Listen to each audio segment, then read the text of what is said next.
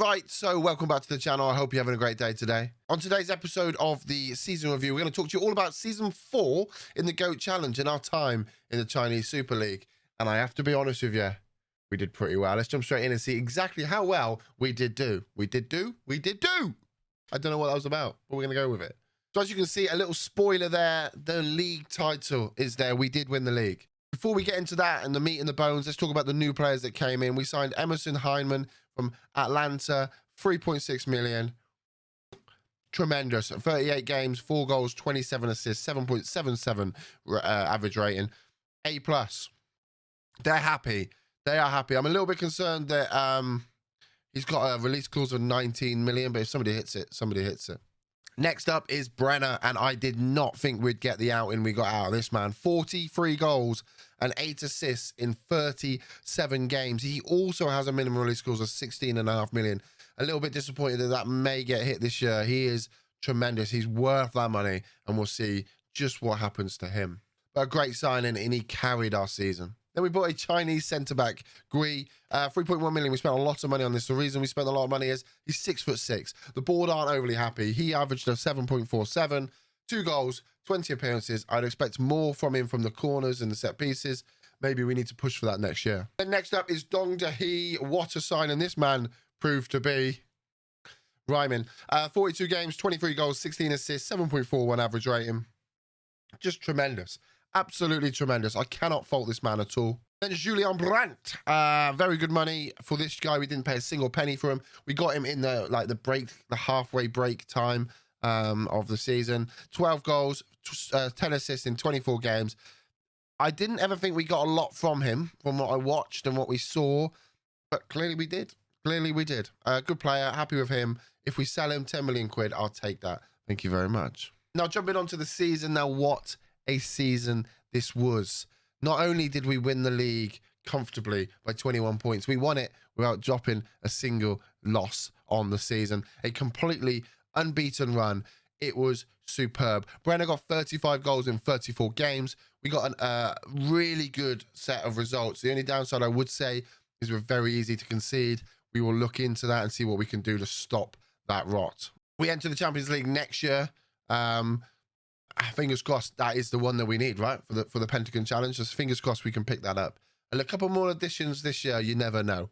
You just never know. And the one that got away, a little bit disappointed. This is our only loss of the season. And I need to talk to you about this final because it's been a couple of hours since the stream and I am still raging. I'm not going to lie with how this went down. Yes, we should have done more in the away leg. We drew 3-3. It was a terrible game. We were 3-1 up at the time. And we kind of let things slip. We went to 3-3. I kind of thought we wouldn't regret it, but we did.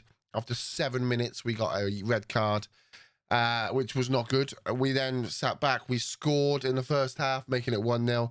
They then scored to make it 1-1, then which would go, we would win because of goal difference, not goal difference, away goals. Then they scored again right before halftime, and that was a real kick in the teeth. And I thought, how are we going to do this? And we did a little bit of playing around, trying to see how we can work it. Trying to get them central and trying to get it defensive yet still able to counter because we needed a goal. And a goal is what we got from a Dong Dahi goal from the 49th minute. And I'm thinking, hang on, here we go. If we can hang on, away we go. And in the 87th minute, they got a penalty for something that, to be honest, wasn't really a penalty. But they got the penalty nonetheless. And it caused us to not then create any more chances after that. And they then went and won the FA Cup 6-5 on aggregate. And to be honest, I think we could have won that. I really do think we could have won that. Big moments for us to remember in the Chinese FA Cup. We won 6-1. I don't know why that's a big win for us, to be fair, but it was a big win. Also, 5-1 we won in the Super League against DL Pro. This was our first game of the season. DL Pro are the team. They're the team that came second. So this is a really good game for us to win and kind of get the edge early doors. Unfortunately, the final brought our best goal. I feel that we should watch it if we can. But a goal from Brenner, 35 minutes in, was the highlight of that final. Here you go, long ball up. Brenner, it looks like he takes a little bit too long on the ball, but he just pours it in, and a beautiful strike. And that was to make it 1-0 at the time. And obviously we were down then as well. So I thought that would have been enough. I really thought that could have been enough. And we don't want to relive this moment. So the finances aren't terrible, but they're not great. Broadcast revenue wasn't brilliant. Our sponsorship was up. We'd probably look to sell a few players, to be honest. We sold 6,666 shirts. Sign of the devil, maybe. But I was surprised that Dong Dahi wasn't higher up the list because, I mean, being Chinese and that, you would have thought he would have sold maybe a few shirts more. This is exactly how we didn't line up. I don't know why they're showing it like this. I think that might be bugged, chat. I think that might be bugged. I'll show you how we lined up in a second, but that was definitely not it. We did quite well personally as well. We won Manager of the Month 4 times. We also got China's FA Cup Best Manager and the Super League Manager of the Year. So kind of like, I think selfishly that's good for us. So for the history books, we have rewritten some of it there because the Mighty Lions have never won the league. They've never gone a season fully unbeaten. It's the highest finish they've ever had. And it was so many. I think it was the highest amount of goals ever scored for them as well. So, yeah, very impressive. Very impressive indeed. So this is, in fact, how we actually lined up most of the season. Brenner, Dong Dahi, and Brandt, especially in the second half of the season, were the formidable three up top. Very well played. Hyman in behind them as the AP. He did super good.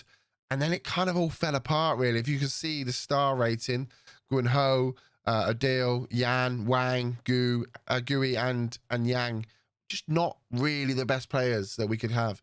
So maybe that's where we need to focus next season. So what's next? Well, we have a lot of players out. We have this chap out. Zheng is out, 8.5 grand a week. Gu Ho is gone as well. He's played 39 games, but we're going to let him go. 4.8 grand a week. 6 grand for Lu is gone. His contract runs out at the end of the year. Wang Peng as well, who played a lot of games for us at centre-back. We're going to let him go. I'm feeling if we let him go, then we've got to get somebody better. Now, do not forget, we can only get 5 players in over the age of 21. And also we can only get X amount of foreigners, depending on how many foreigners go. But again, we'll cross that bridge very soon. Cheng's going as well, 1.5k. Yan's going as well, 2.5k. Yan is going as well, 2.1k. I'm not sure about a double hat. I don't know how to pronounce his name. I'm not sure about this geezer. He's okay, and I might keep him because he's done all right, but I think we could probably get better.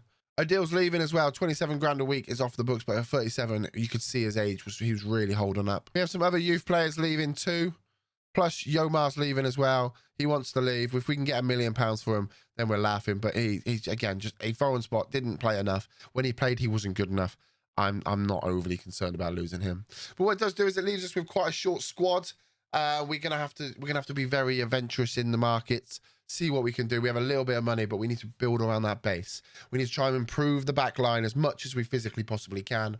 And then we need to go and take on the world because as much as we've won the league this year, everyone is going to be out to get us. Really annoyingly, there was only one blip on our window of the calendar, and that's that final game of the season. We need to come back stronger. We need to play. We're going to play the diamond again. We are working on another system, which will hopefully be out on Thursday. Haven't yet come up with a name for that one, but that will hopefully be out soon. But yeah, we just need to focus on getting this team back to where it needs to be. And like I said, taking on that Champions League next year. Last but not least, we are also currently studying for our Continental B.